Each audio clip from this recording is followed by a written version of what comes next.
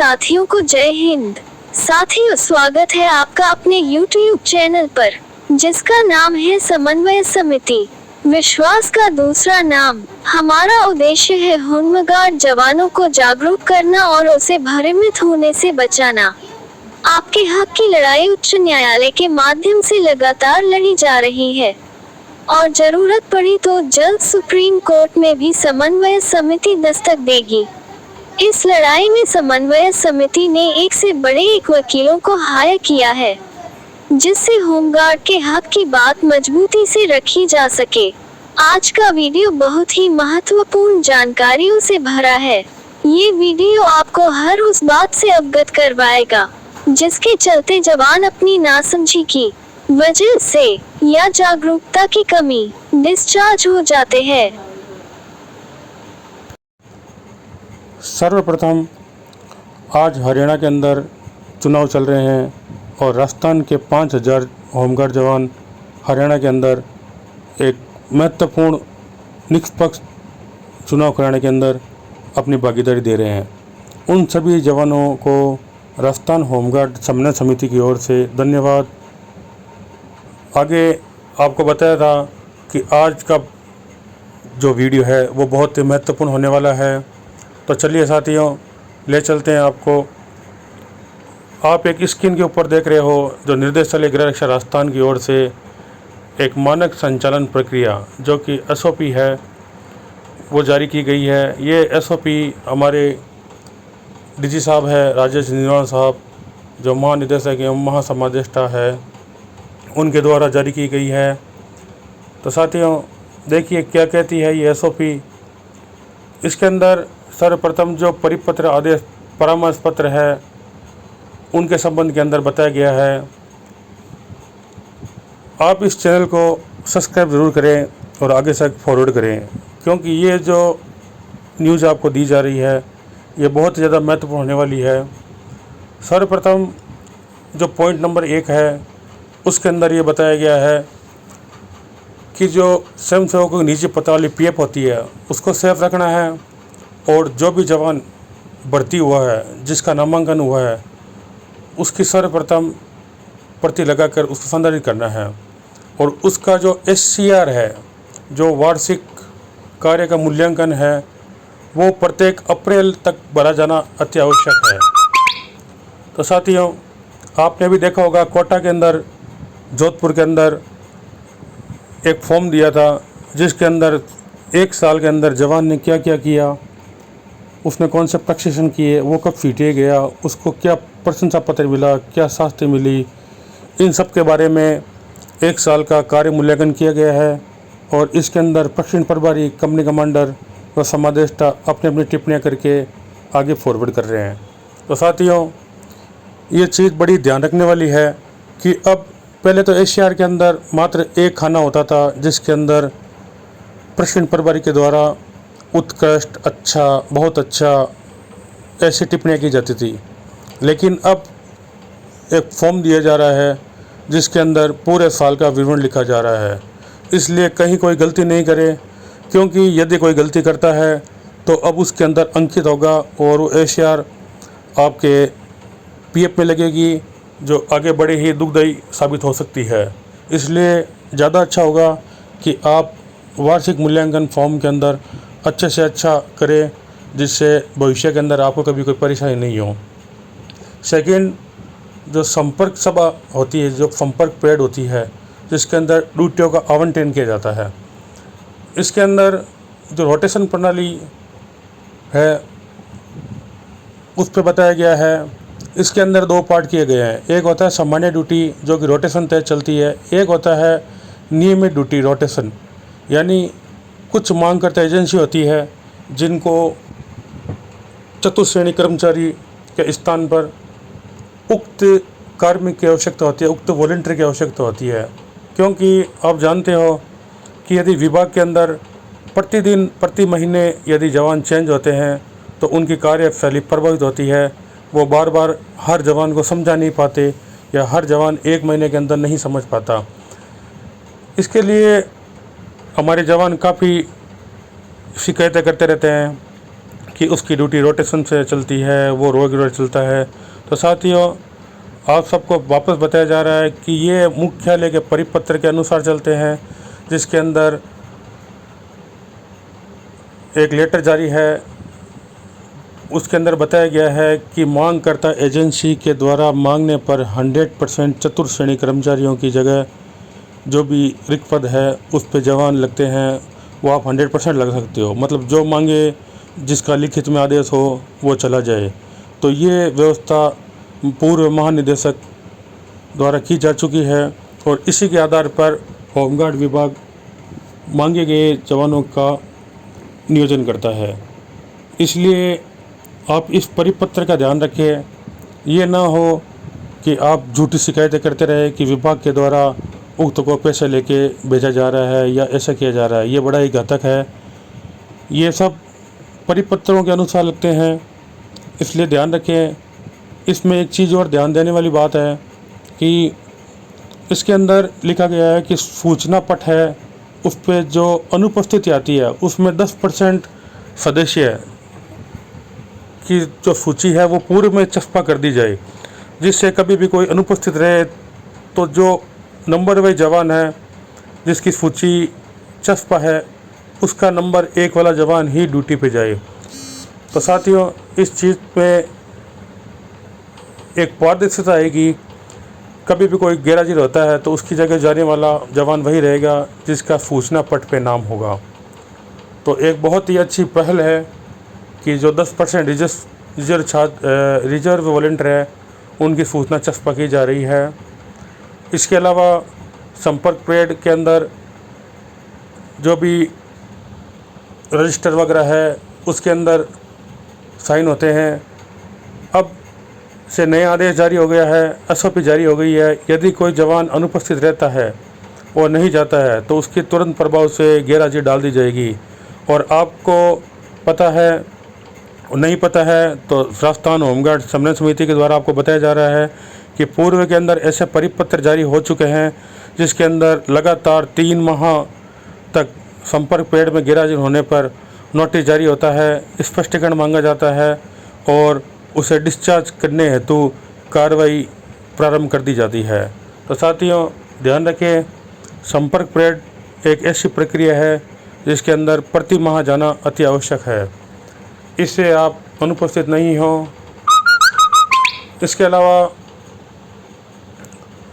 एक चीज़ और है कि अब यदि रोटेशन आता है और आप रोटेशन ड्यूटी नहीं लेना चाहते हो तो आपसे एक प्रार्थना पत्र लिया जाएगा कि आप ड्यूटी करने के इच्छुक क्यों नहीं हो और उसको आपकी पीएफ फाइल में लगाया जाएगा। कई बार ये देखा गया है कि कुछ जवान अपनी मनमर्जी ड्यूटी नहीं करते हैं, वो अपना कोई दूसरा काम करते हैं और संपर्क परेड के बाद में जाके हाथाजोड़ी कर साइन कर देते हैं। अधिकारी सोचते हैं कि चलो ठीक है, जवान आ गया, साइन करा देते हैं। साइन होने के बाद के अंदर ड्यूटी नहीं लगती है क्योंकि वो वैसे भी लेट आता है, या कई बार संपर्क परेड के अंदर भी वो ड्यूटी लेने से इनकार कर देता है और अपना फला काम बताता है। लेकिन कुछ माह बाद के अंदर जवान शिकायत करता है कि मैंने उक्त महीने के अंदर ये साइन किए थे, मेरी ड्यूटी नहीं लगी, मुझे 2 साल से ड्यूटी नहीं मिली, ऑफिस वाले मनमानी करते हैं। तो इन सब पर लगाम लगाने के लिए महानिदेशक ने एक अच्छा कदम उठाया है कि अब से यदि ड्यूटी नहीं करनी है तो आपको प्रार्थना पत्र देना होगा और प्रार्थना पत्र के अंदर आपको लिखना होगा कि आप ड्यूटी क्यों नहीं करना चाह रहे हो। वो प्रार्थना पत्र आपकी जो पीएफ फाइल है उसके अंदर लगने वाला है। इसके अलावा साथियों, आपको पूरे बता दिया गया था कि नियमित नियोजन, सामान्य नियोजन। इसके अलावा एक पार्ट और आता है कानून व्यवस्था आपातकालीन नियोजन। ये जो नियोजन है इसमें पहले आओ पहले पाओ वाली स्थिति है। कोई भी इमरजेंसी ड्यूटी 1 दिन की होती है तो उसके अंदर अब रोटेशन से ड्यूटी नहीं लगेगी। अब जो पहले कॉल करेगा उसी की ही ड्यूटी लगेगी, क्योंकि महानिदेशक की एसओपी जारी हो चुकी है, पहले आओ पहले पाओ। अब आप ये नहीं कह सकते कि मेरी ड्यूटी नहीं लगी। इसके अंदर कुछ रजिस्टर मेंटेन करने हेतु एसओपी जारी हुई है जिसमें संपर्क सभा परेड रजिस्टर, संपर्क सभा में उपस्थिति अनुपस्थिति रजिस्टर, टर्नआउट वर्दी सुधार रजिस्टर, मांगकर्ता विभाग वाला register, duty demand register, duty आवंटन रजिस्टर, नियमित नियोजन रजिस्टर, अनुपस्थिति प्राप्त रजिस्टर, अनुपस्थिति पर नियोजन ड्यूटी रजिस्टर। और साथियों, एक और आपको चीज़ बताई जा रही है, पुनः नामांकन जो नवीनीकरण था, वो नवीनीकरण में जो पूर्व के अंदर 2795/275 जो 5/10/2021 को पुनः नामांकन नीति जारी हुई थी, उसके अंदर 5 समादेष्टा ने स्पष्ट किया है कि उसी के आधार पर ही जो 15 साल का नवीनीकरण हो वो किया जाए और उसे रजिस्टर में संधारित किया जाए, जिससे कि कोई भी ऐसे प्रकरण जिसमें जवान बिना मतलब कानूनी पेचीदगियां पैदा नहीं करें और किसी प्रकार की कोई कठिनाई नहीं हो। जो ड्यूटी कर रहा है, जिसका करैक्टर सही है, उसका नवीनीकरण हो जाएगा, और यदि जो परिपत्र के अनुसार सही नहीं पाया जाता, उसका 15 साल का नवीनीकरण अब नहीं होगा। और भुगतान प्रक्रिया के बारे में बताया गया है। इसके अलावा एक चीज़ और जो बहुत ही महत्वपूर्ण होने वाली है, यह है स्वयंसेवकों की शिकायत एवं समाधान। तो साथियों, ये एक चीज़ बड़ी ध्यान देने वाली है कि अब से आपको पुनः रिमांड करवाया जा रहा है। इसके लिए स्थायी आदेश भी निकल चुका है, लेकिन जवान ध्यान नहीं देते हैं और जवान उल्टी फुल्टी तरीके से शिकायत करते हैं, जिससे उन्हें नोटिस वगैरह प्राप्त होते रहते हैं।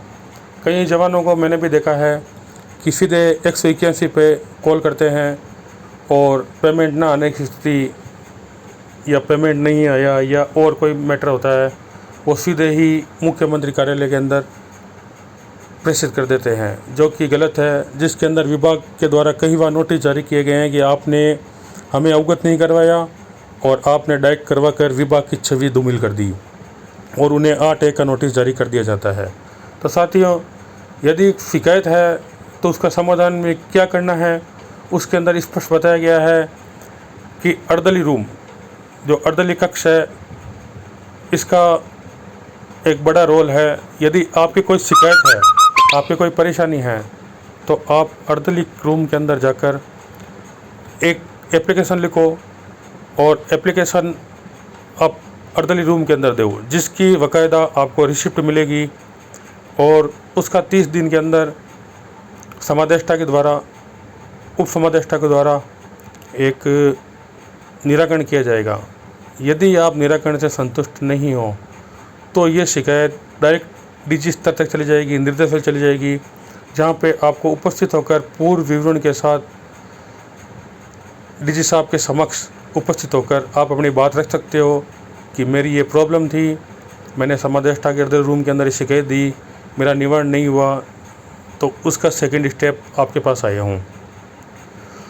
तो इसके अंदर एक और जो सेकंड है, यदि आपकी नहीं होती है वहाँ पे, तो समस्या निवारण समिति है, जिसके अंदर हमारे समादेष्टा, उप समादेष्टा, गण समादेष्टा जो भी है, उनकी बैठक होती है। वो प्रत्येक 2 माह में होती है और मुख्यालय में 6 माह से होती है।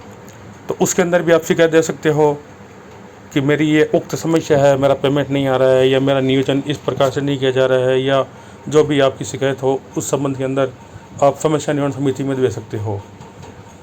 इसके अलावा साथियों, यदि इन 2 जगहों पे आपका समाधान नहीं होता है, ध्यान देने वाली बात है, यदि इन 2 समस्याओं, आपकी समस्या है अर्दली कक्ष में दी है, आपका निवारण नहीं हुआ, समस्या निवारण समिति में दी है और उसकी प्रतिलिपि आपके पास पड़ी है, आपके पास प्रूफ पड़ा है कि मेरी ये समस्या थी, इसका समाधान महानिदेशक के द्वारा नहीं किया गया, समस्या निवारण समिति के द्वारा नहीं गया, तो आप डायरेक्ट उक्त राजस्थान जो संपर्क पोर्टल मुख्यमंत्री जन सुनवाई, उसके अंदर भी आप उक्त कागज़ जो अर्दली रूम और समस्या निवारण समिति से रिलेटेड रहेंगे, वो आप वहाँ पेश कर सकते हो कि श्रीमान जी, मैंने उक्त दिवस पे ये अर्दली कक्ष के अंदर दिया था, महानिदेशक के सामने पेश हुआ, मैंने समस्या निवारण समिति के अंदर ये रखी लेकिन आज तक मेरा कोई निवारण नहीं हुआ, तो आप का जो भी होगा वो राजस्थान संपर्क पोर्टल के द्वारा किया जाएगा।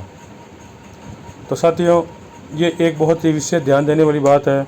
इसी जागरूकता कमी से जवान उल्टे फुल्टे मैसेज करते रहते हैं और अपनी जो सदस्यता है उससे हाथ धो देते हैं।